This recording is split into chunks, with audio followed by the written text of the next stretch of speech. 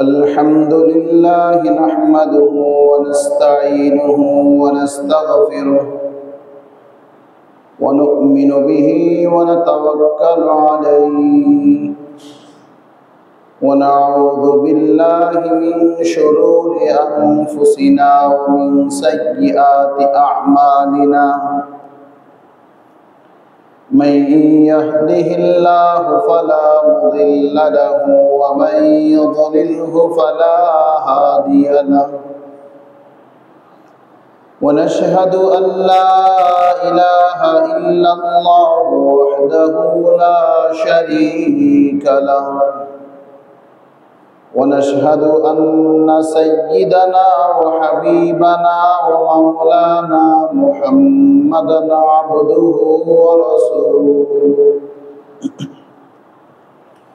أرسله بالحق بشيرا ونذيرا وداعيا إلى الله بإذنه وسراجا وقمرا منيرا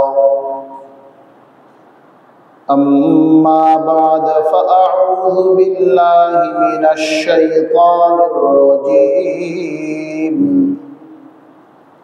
بسم الله الرحمن الرحيم يا أيها الذين آمنوا هل أدلكم على تجارة تنجيكم من عذاب أليم تؤمنون بالله ورسوله وتجاهدون في سبيل الله بأموالكم وأنفسكم ذلكم خير لكم إن كنتم تعلمون اللهم صل على محمد وعلى آل محمد كما صليت على إبراهيم وعلى آل إبراهيم إنك حميد مجيد اللهم بارك على محمد وعلى آل محمد كما باركت على إبراهيم وعلى آل إبراهيم إنك حميد مجيد ربي زدني علما رب اشرح لي صدري ويسر لي أمري واحلل عقدة من لساني يفقه قولي وبك نستعين يا فتاح سبحانك لا علم لنا إلا ما علمتنا إنك أنت العليم الحكيم محترم মুসল্লিন কিরাম মহান আল্লাহ পাকের দরবারে অসংখ্য গণিত শুকর যে মহান প্রতিপালক আপনাকে আমাকে আজকে জুমার দিনে প্রথম দিকে মসজিদে আসার তৌফিক দিয়েছেন শুকর আদায় করে আলহামদুলিল্লাহ মুহতারাম হাজিরিন আমরা নিজেদেরকে ঈমানদার বলে দাবি করি নিজেদেরকে মুসলিম বলে দাবি করি কিন্তু আমাদের এই দাবির সাথে আমাদের বাস্তবতার মিল কতটুকু আছে এই জিনিসটাকে আমরা কখনো এর মিল আছে কি না এটা বিবেচনা করি না, এটাকে যাচাই করি না।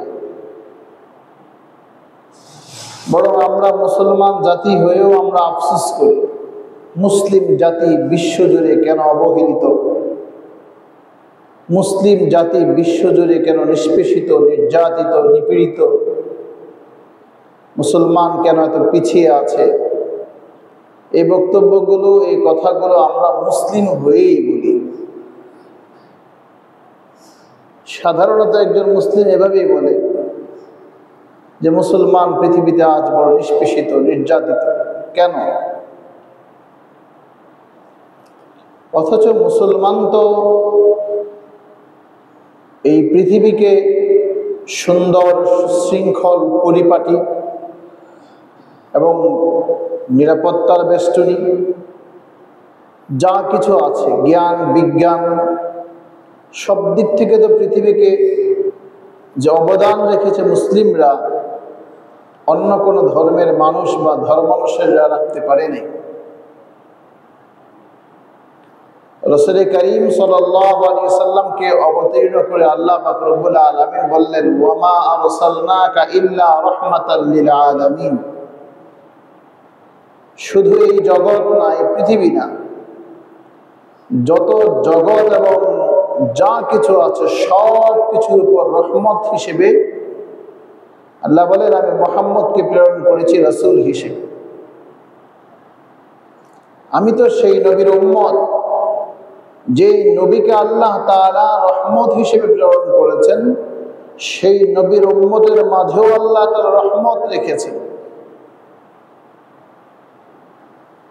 যেই নবীর মর্যাদা পৃথিবীতে যেমন, আখিরাতেও তেমন। আখিরাতে ময়দানে মাহশারে সর্ব জায়গায় সর্বক্ষেত্রে রাসূলের মর্যাদা সবার উপরে। আল্লাহ পাক রব্বুল আলামিনের পরে মুহাম্মদুর রাসূলুল্লাহ সাল্লাল্লাহু আলাইহি সাল্লামের সম্মান, মর্যাদা সবচেয়ে বেশি। তো সেই রাসূল করিম সাল্লাল্লাহু আলাইহি সাল্লামের উম্মত হয়ে মুসলিম জাতি আজ পৃথিবীতে নিষ্পেষিত কেন? অথচ আল্লাহ পাক রব্বুল আলামিন কোরআনুল কারীমের এক জায়গায় বলেন যে ঈমানদারদেরকে আমি পৃথিবীর উত্তরসূরি, পৃথিবীর কর্তৃত্ব, পৃথিবীর উত্তরাধিকারী আমি ঈমানদারদের হাতে দেব। ঈমানদারের জন্য এই ভূপৃষ্ঠের কর্তৃত্ব বা তাদের হাতেই থাকবে উত্তরাধিকারী। এই কথা যদি বাস্তবেই হয়ে থাকে, তাহলে আজকে আমাদের বিশ্বজুড়ে মুসলিম উম্মাহের যে অবস্থা, যে অধঃপতন, এটা কোন কারণে? বাঁচার উপায় কি? প্রথমত আমাদের কারণ বুঝতে হবে, দীর্ঘ আলোচনা, এরপর আমাদের এ থেকে উত্তরণের পথ কি, এটাও বিশদ এবং বিস্তারিত দীর্ঘ আলোচনা। মুহতারাম হাজিরিন, ঈমানের যে বৈশিষ্ট্য, ঈমানের যে বৈশিষ্ট্য থাকার কথা আমার আপনার মাঝে, ঈমানের চাহাত, ঈমানের যে চাহিদা আছে, ঈমান কি চায় আমার কাছ থেকে, ঈমানের বৈশিষ্ট্য আর ঈমানের চাহিদা বুঝার ক্ষেত্রে আমাদের বড় দন্যতা আছে, জ্ঞানের ঘাটতি আছে, যার কারণে আমরা বুঝি না যে আসলে আমার করণীয় কি, বর্জনীয় কি, কোনটা আমাকে ধরতে হবে, কোনটা আমাকে ছাড়তে হবে, কোথায় আমার সম্মান, কোথায় আমার মর্যাদা। এই জিনিসটুকু বুঝি না, কারণ আমি মূল জিনিসটাকে না বুঝার কারণে, ঈমান জিনিসটাকে আমি বুঝি না। এজন্য আমিও প্রায় অধিকাংশ ক্ষেত্রে ঈমান নিয়ে আলোচনা করে থাকি, কারণ এই জায়গাটা যদি উপলব্ধি করা যায়, বাকি সব জায়গা ঠিক হয়ে যাবে।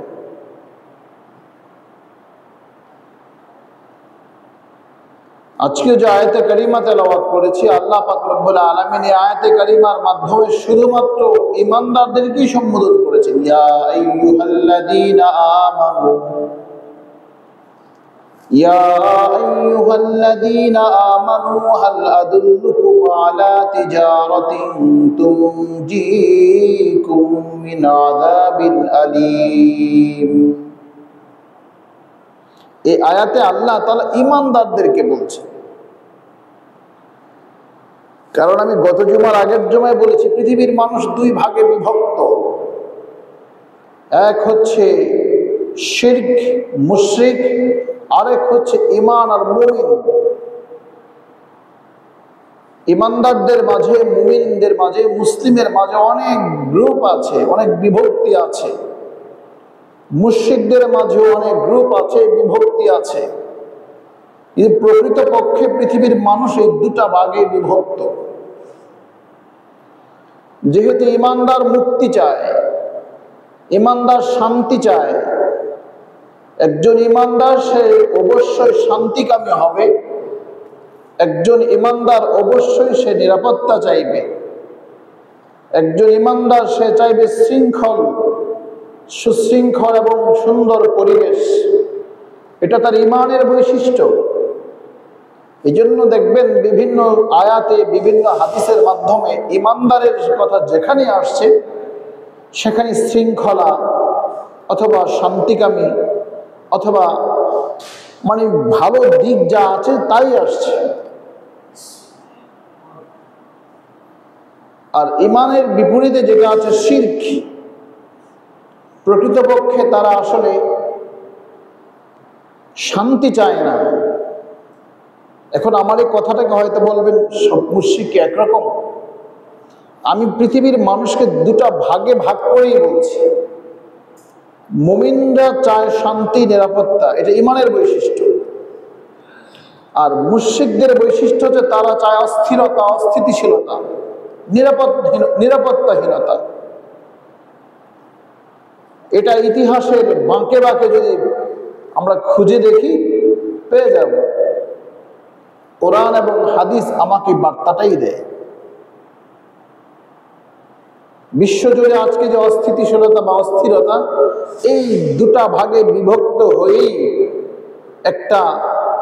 একটা ভাগ, অর্থাৎ মুশরিকরা চাচ্ছে মুসলমানদেরকে কুণ্ঠাসা করতে হবে, তাদের আধিপত্য, তাদের উত্থানকে ঠেকাতে হবে, তাদের উত্থানকে একেবারে কোনোভাবেই যেন মুসলিম উম্মাহের উত্থান না ঘটে, সেজন্য তাদেরকে থামিয়ে দেওয়ার জন্য যা যা করা সবই করতে হবে।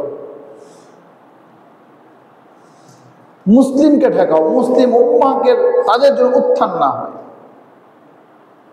অপরদিকে মুশরিকদের তাদের যে কথাটা, তাদের ভাবনা হচ্ছে যে মুসলিমরাই এই উত্থান, তাদের উত্থানটাই পৃথিবীকে অস্থির করে তোলে, এটাকে ঠেকাও। আর মুসলমানদের ভাবনা হচ্ছে যে আমরা যেভাবে চলছি এভাবে হয়তো আমরা তাদের সাথে কুলে উঠতে পারবো না, কিন্তু কিছুটা তো আমাদের অগ্রসর হতে হবে। এখন আমাকে আপনাকে জানতে হবে কোরআন কি বলছে, কারণ বর্তমান বিশ্বে যা চলছে এটা কোরআন হাদিসের মূল বার্তার সাথে কতটুকু সামঞ্জস্যপূর্ণ এবং কতটুকু বিপরীত সেটা আমাকে আপনাকে জানতে হবে। কারণ আল্লাহ পাক রব্বুল আলামিন কোরআনুল কারীমের মধ্যে ঈমানদারদেরকে সম্বোধন করে বলছেন, ইয়া আইয়ুহাল্লাযীনা আমানু হাল আদুল্লুকুম আলা তিজারাতিন তুনজিকুম মিন আযাবিন আলীম। হে ঈমানদার, আমি কি তোমাকে এমন ব্যবসার কথা বলবো যে ব্যবসা তোমাকে যন্ত্রণাদায়ক শাস্তি থেকে বাঁচাবে। শব্দগুলো বুঝার চেষ্টা করবেন, কারণ আরবি শব্দগুলো কিন্তু অনেক, এই শব্দের ব্যাপকতা রয়েছে, এই শব্দের গভীরতা রয়েছে, এই শব্দগুলো খুবই প্রাঞ্জল এবং সময় উপযোগী। আল্লাহ বলেন, ঈমানদার, আমি কি তোমাকে এমন ব্যবসার কথা বলবো যে ব্যবসা তোমাকে যন্ত্রণাদায়ক শাস্তি থেকে বাঁচাবে। প্রথম প্রশ্ন হতে পারে, আল্লাহ পাক রব্বুল আলামিন ঈমানদারদেরকে ব্যবসার কথা বললেন, ব্যবসার কথা বলে আবার যন্ত্রণাদায়ক শাস্তির কথা বললেন কেন? প্রথমত, ঈমানদাররা আল্লাহ পাকের কাছে শাস্তি থেকে নিরাপত্তা চায়। ঈমানদাররা প্রথমেই বলেছে তারা শান্তিকামী, তারা শান্তি চায়। তারা নিরাপত্তা চায়। সেজন্য আল্লাহ পাক রব্বুল আলামিন ঈমানদারদেরকে বলছেন যে আমি তোমাকে এমন ব্যবসার কথা বলবো যে ব্যবসা করলে তুমি নিরাপত্তা পাইবা। ব্যবসা কেন? ব্যবসা হলো যে আপনি অর্থ দিবেন, আমি আপনাকে পণ্য দেব। আপনি অর্থ দিবেন, আমি আপনাকে পণ্য সরবরাহ করব। আর আল্লাহ তাআলার সাথে আমাদের একটা চুক্তি আছে। চুক্তি হলো এই, বান্দা তুমি আমার কথা মতো চলবা, আমার বিধান মোতাবেক চলবা, আমি তোমাকে যে জিনিসগুলো দিয়েছি সেটা আমার কথা মতো তুমি পরিচালনা করবা, আমি তোমার সাথে চুক্তিবদ্ধ, আমি তোমাকে সুখের শান্তির নীড় উপহার দেব, যার নাম জান্নাত। এটা আল্লাহ পাকের চুক্তি। সেজন্য আল্লাহ বলছেন, বান্দা ঈমানদার, আমি তোমাকে এমন ব্যবসার কথা বলবো যে ব্যবসা তোমাকে যন্ত্রণাদায়ক শাস্তি থেকে বাঁচাবে। এবার একটু অগ্রসর হয়ে আমরা আয়াতগুলোকে বোঝার চেষ্টা করি। এবার আল্লাহ বলছেন, বান্দা যেই জিনিসগুলো তোমাকে বাঁচাবে, প্রথমত হলো তুমিনুনা বিল্লাহি ওয়া রাসূলিহি, আল্লাহ এবং তার রাসূলের উপর তুমি ঈমান আনো, বিশ্বাস করো। তোমার বিশ্বাস করতে হবে যে আল্লাহ যা কিছু বলেছেন, রাসূল যা কিছু বলেছেন সব সত্য। তোমার যুক্তি, তোমার তর্কে, তোমার মেধায়, তোমার কোনো কিছুতেই তোমার বুঝে আসে না এটা কেন হলো, কোনো কেনর কোনো উত্তর নাই, তবুও সত্য, তবুও এটা সঠিক। তুমি নির্দ্বিধায় নিঃসংকোচে যদি একমাত্র শুধুমাত্র আল্লাহ পাকের বিধান আর রাসূলের সুন্নাহকে বিশ্বাস করতে পারো, তাহলে তোমার যন্ত্রণাদায়ক শাস্তি থেকে বাঁচার একটা উপায় তুমি খুঁজে পাবে। মুহতারাম হাজিরিন, আমি এই জায়গাটাই বলি যে আজকে বিশ্বজুড়ে যে মুসলমানের কথা আমরা বলি, মুসলমান কেন নির্যাতিত, কেন নিপীড়িত, কারণ আমরা এই আমাদের ঈমানটাকে এখনো ঠিক করতে পারি নাই। আমাদের ঈমানটা এমন ঈমান, একেবারে নিভু নিভু, একেবারে কয়লায় যেমন আগুন হালকা জ্বলতে থাকে, সেই আগুনের, সেই কয়লার আগুনের চেয়ে কম, বরং আধার রাতে যে এই যে চাঁদনি পোকা যেরকম উড়ে বেড়ায়, সেই চাঁদনি পোকার মাঝে এরকম একটু আলো দেখা যায়, সেই পোকার মাঝে যে আলোটা আছে, ওই আলোর চাইতেও কম আমাদের ঈমানের অবস্থা। কারণ আল্লাহ বলেছেন তুমিনুনা বিল্লাহি ওয়া রাসূলিহি, আল্লাহ পাকের উপর এবং তার রাসূলের উপর ঈমান আনো। তুমিনুন, এটা হলো বর্তমান এবং ভবিষ্যৎ সবটুকু। তোমার ঈমানটা বলবৎ থাকতে হবে। ঈমান বাড়বে কমবে, আল ঈমানু ইয়াজিদু ওয়া ইয়ানকুস, ঈমান বাড়ে এবং কমে, কিন্তু ঈমান কখনো নিস্তেজ হয়ে যায় না।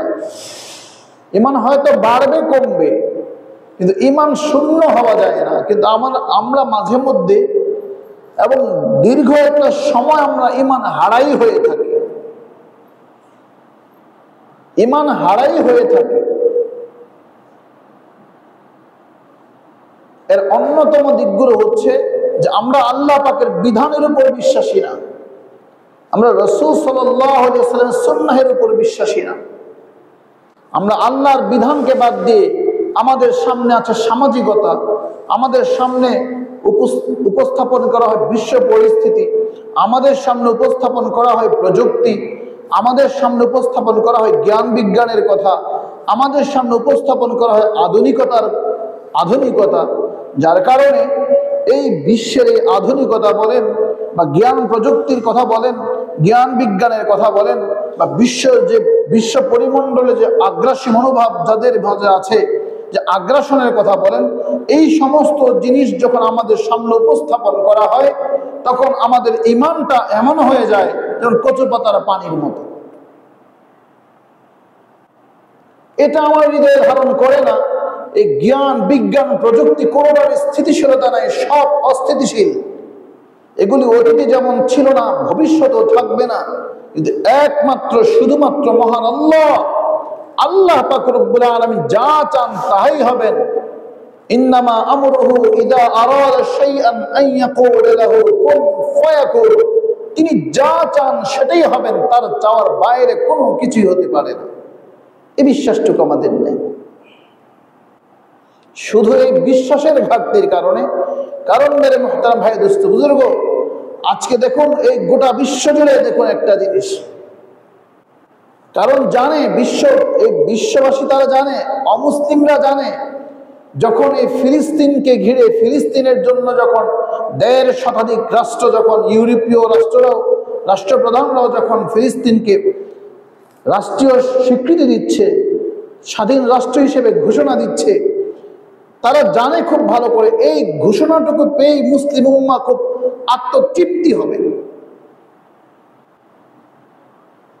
অন্যান্য মুসলিম দেশগুলো তারা বাস এতটুকুর মাঝে ক্ষান্ত আছে, এটা তাদের মাঝে নাই যে ফিলিস্তিনকে রক্ষা করতে হবে। এখানকার মানুষের মানবিক মর্যাদা, তাদের মানবাধিকার, তাদের চিকিৎসা, তাদের খাদ্য, তাদের নিরাপত্তা, তাদের বাসস্থান, সবকিছুতেই যে সমস্যাগুলো হচ্ছে, এজন্য মেরে মুহতারাম ভাই দোস্ত বুজুর্গ, এই বিশ্ব মুসলিম উম্মাহের বিবেক শুধুমাত্র আলোচনার টেবিলে, গুল টেবিলে আছে, এর বাহিরে পদক্ষেপ নেওয়ার মতো সৎসাহস তাদের নেই। কারণ পরস্পরের সাথে স্বার্থ জড়িত আছে, একে অন্যের সাথে স্বার্থ জড়িত আছে, একে অন্যের সাথে স্বার্থ জড়িত আছে। কিন্তু মুসলমানের একটা বৈশিষ্ট্য হলো দেশ পরিচয়ের একটা ভিন্নতা থাকতে পারে, তো মুসলিমের কোনো সীমানা তার নাই। এক হাদিসের মধ্যে আসছে, আল মুসলিমু কাজাসাদিন ওয়াহিদ, একটা মুসলিম হলো একটা দেহের মতো, মুসলিম সাহেব একটা দেহের মতো, একটা দেহ। পৃথিবীর এক প্রান্তে যদি কোনো মুসলমান ভাই আঘাতপ্রাপ্ত হয়, দেহের যে কোনো একটা অঙ্গে যদি আঘাতপ্রাপ্ত হয়, তাহলে যেমন গোটা দেহে এটা অনুভব করা যায়। পৃথিবীর এক প্রান্তে কোনো মুসলিম যদি আক্রান্ত হয়, তাহলে সেই মুসলিম ভাইকে রক্ষা করার জন্য আমাদের প্রত্যেকের হৃদয়ের সেই শিহরণ জেগে ওঠার কথা, হৃদয়ে আঘাত লাগার কথা। কিন্তু আজকে আমাদের এটা হচ্ছে না, এটা শুধু ফিলিস্তিনে নয়, আমাদের দেশেও সব জায়গায়। আমরা বুঝি না যে আমাদের মাঝে বিভেদগুলো কিভাবে সৃষ্টি হচ্ছে, আমরা বিচ্ছিন্নবাদিতা কেন পরিণত হচ্ছে, বিচ্ছিন্ন আমাদের কেন হচ্ছে। অথচ আল্লাহ পাক রব্বুল আলামিন তো বললেন, বান্দারে আমি তোকে বলবো কথা যেটা তোকে যন্ত্রণাদায়ক শাস্তি থেকে বাঁচাবে। এই শাস্তিটা কি দুনিয়াতে না আখিরাতে? ইয়া আইয়ুহাল্লাযীনা আমানু হাল আদুল্লুকুম আলা তিজারাতিন তুনজিকুম মিন আযাবিন আলীম। এই যে আল্লাহ তুনজিকুম মিন আযাবিন আলীম, যন্ত্রণাদায়ক শাস্তির কথা বললেন, এটা কি জাহান্নামের কথা বললেন না দুনিয়ার কথা বললেন?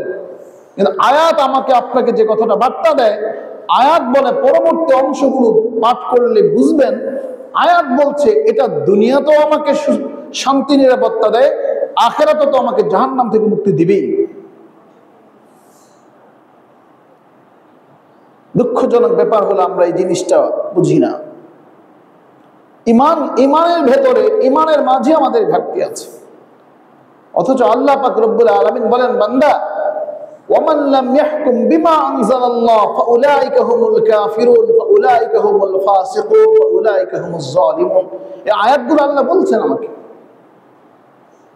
আমি একজন মুসলমান হয়ে আমি কোরআনকে শুধু পঠনের মধ্যে রেখেছি, শুধু পড়তে জানি, পাঠ করি, কিন্তু কোরআনের বিধানে আমি বিশ্বাসী না।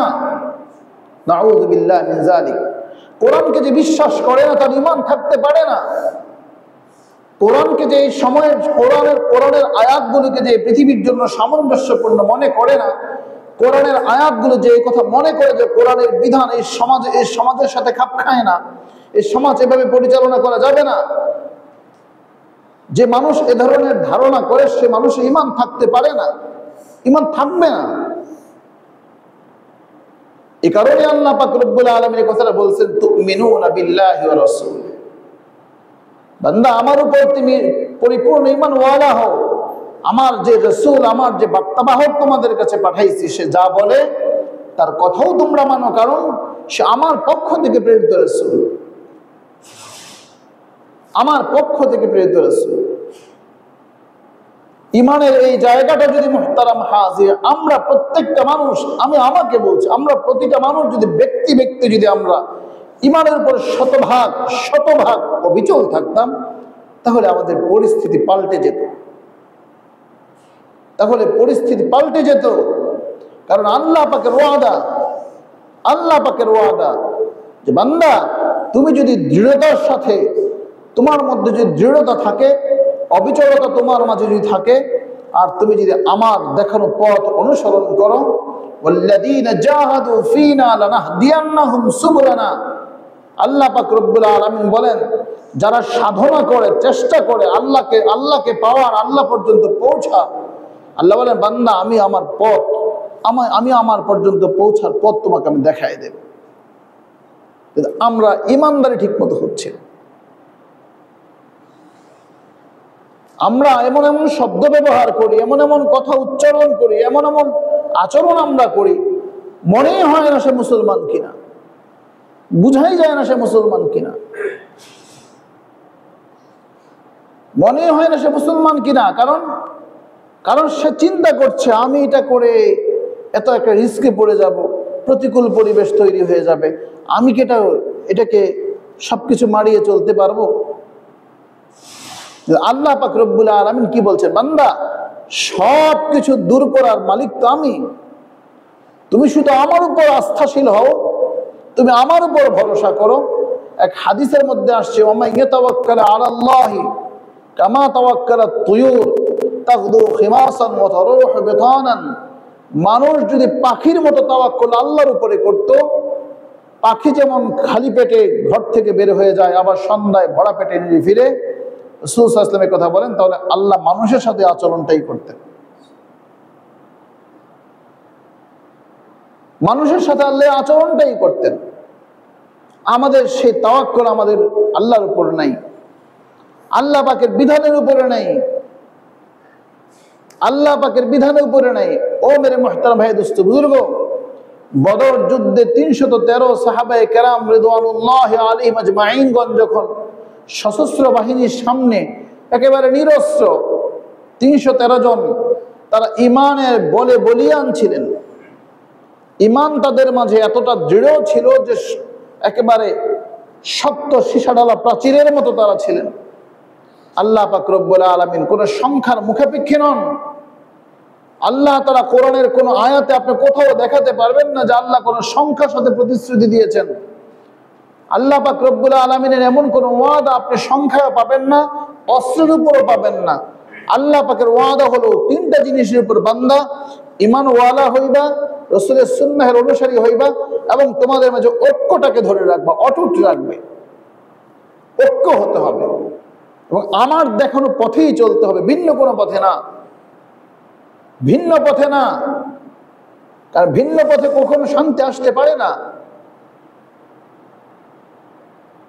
ফাতাফশালু ওয়া তাযহাবা রিহুকুম, আল্লাহ পাক রব্বুল আলামিন বলেন, বান্দা যখন তোমাদের মাঝে বিভেদ আর কলহ শুরু হয়ে যায়, তখন তোমাদের ভিতরে ঐক্যের যে বাতাস, ঐক্যের যে হাওয়া, এটা বের হয়ে যায়, তখন অনৈক্য তৈরি হয়,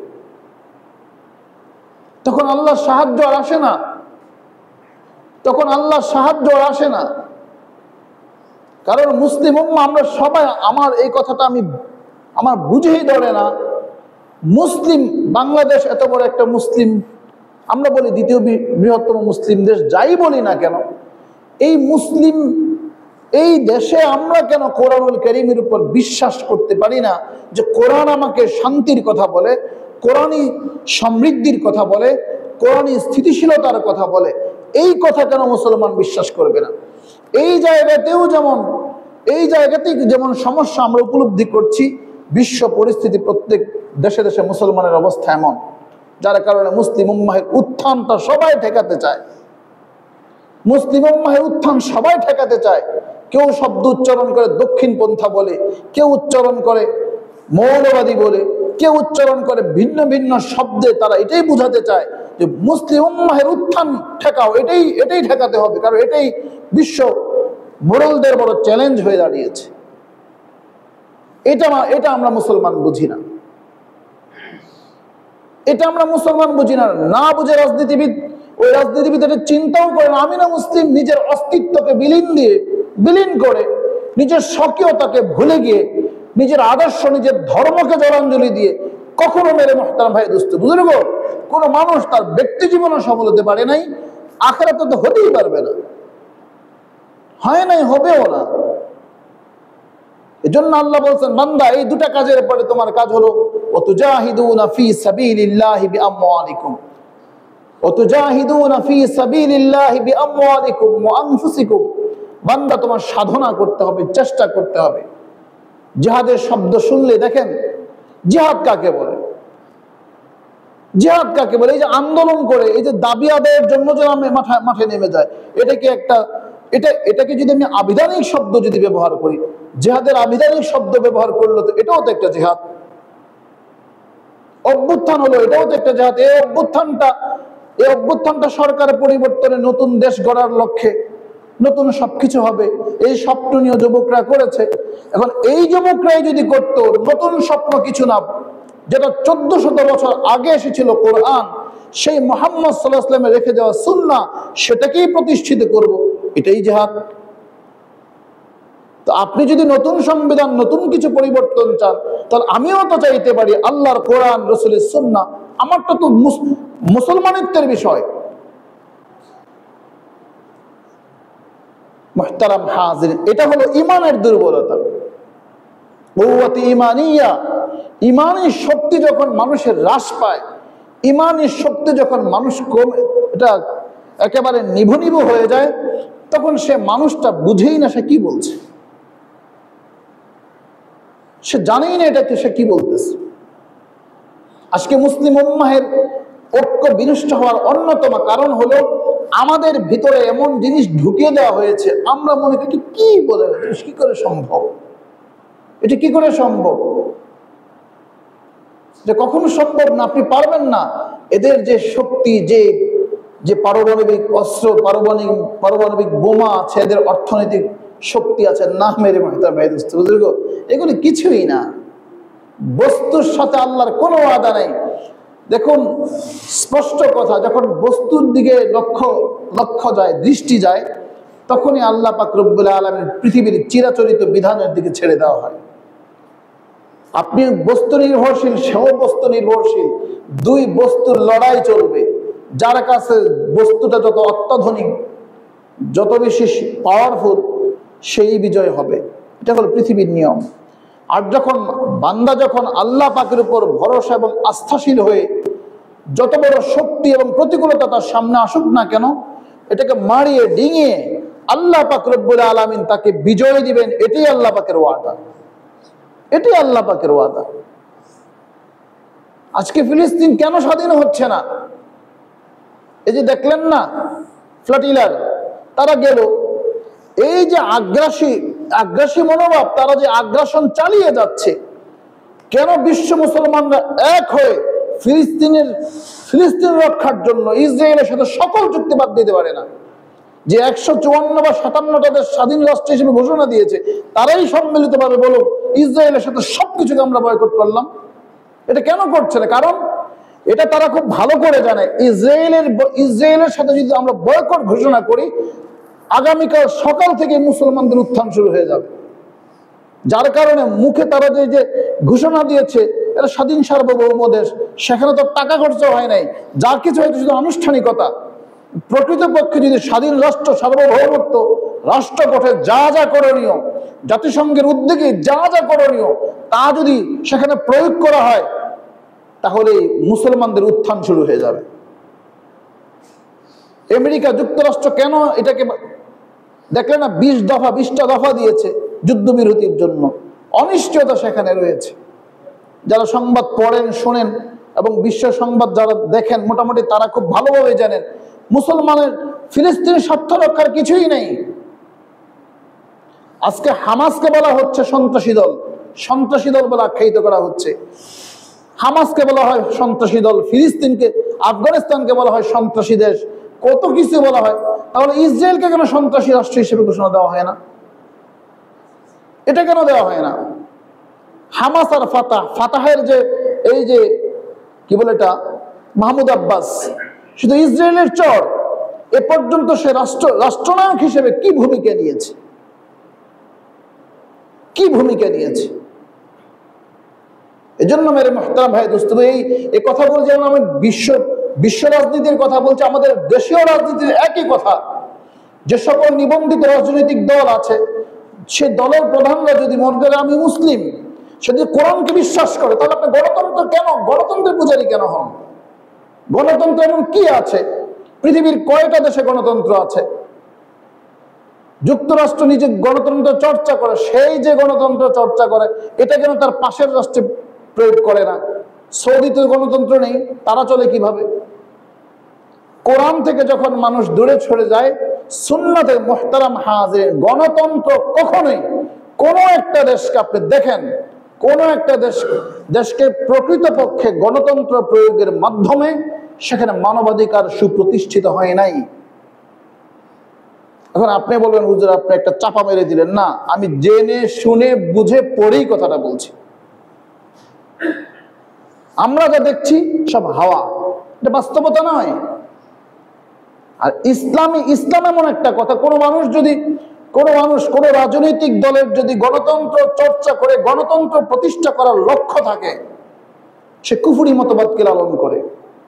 আর কোন রাজনৈতিক দল যদি গণতন্ত্র চর্চা করে ইসলামী হুকুমত বা ইসলামী আইন প্রতিষ্ঠার লক্ষ্যে সে রাজনীতি করে, সে সঠিক, এ কথা বলি না, তবে তার উদ্দেশ্যটা ঠিক আছে। শব্দটা এভাবে কোরআনের কথা। এর জন্য বললাম যে এই ফ্ল্যাটিলার তারা যখন যাত্রা শুরু করলো, তাদের এই বহরটাকে থামাবার জন্য জাহাজকে আটকে দেওয়া হলো, 200-র অধিক মানুষকে গ্রেফতার করা হলো। এই যে একটা পরিস্থিতি, তখন মুসলিম উম্মাহ নড়ে চড়ে বসা দরকার ছিল।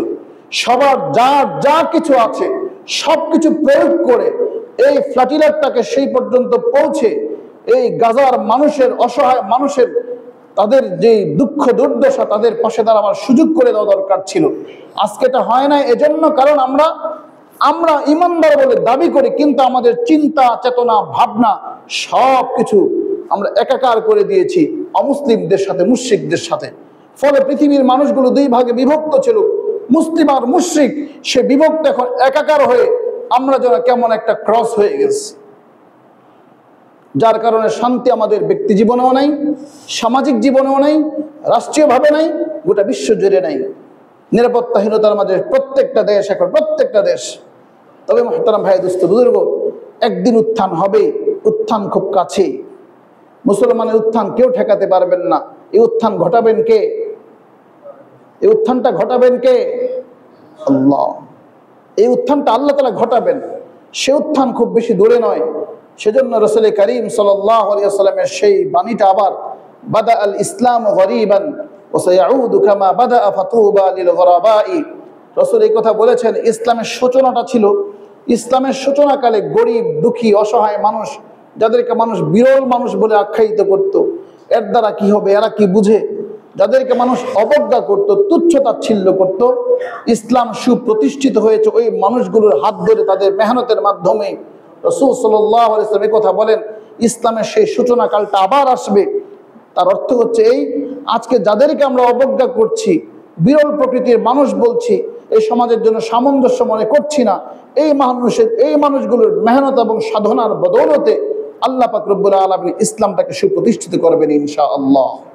সে পর্যন্ত বেঁচে থাকার এবং সেই সংগ্রামে আমাদেরকে সুযোগ আল্লাহ পাক শরীক হওয়ার তৌফিক দান করুন। সে প্রত্যাশা সবার আছে তো ইনশাআল্লাহ? সে আশা আছে তো? স্পষ্ট হাদিস, যেই মানুষটার মাঝে শাহাদাতের তামান্না নাই, সে আমার উম্মতের অন্তর্ভুক্ত না। যেই মানুষটার মাঝে শাহাদাতের তামান্না, যেমন ধরেন যে স্বাধীনতার সময়, স্বাধীনতা যুদ্ধের সময় সুস্থ থাকা সত্ত্বেও সেই যুদ্ধে অংশগ্রহণ করে নাই, তাই দেখবেন রাজনীতির ক্ষেত্রে কিছু কিছু সময় তিরস্কার করা হয়। তুমি তো সে সময় ছিলা, রণক্ষেত্রে তো তুমি যাও নাই। তিরস্কার, তুচ্ছতাচ্ছিল যেমন করা হয়, সেই কথাটি আপনি বোঝার চেষ্টা করুন। রাসূল বললেন, যখন সেই সময় সুযোগ আসে আর শাহাদাতের তামান্না যার ভেতরে থাকে না, সে আমাদের উম্মতের অন্তর্ভুক্ত না। আল্লাহ তা আমাদের সকলকে বুঝার এবং আমলের তৌফিক দান করুন। আমা আলাইনা ইল্লা বালাগ।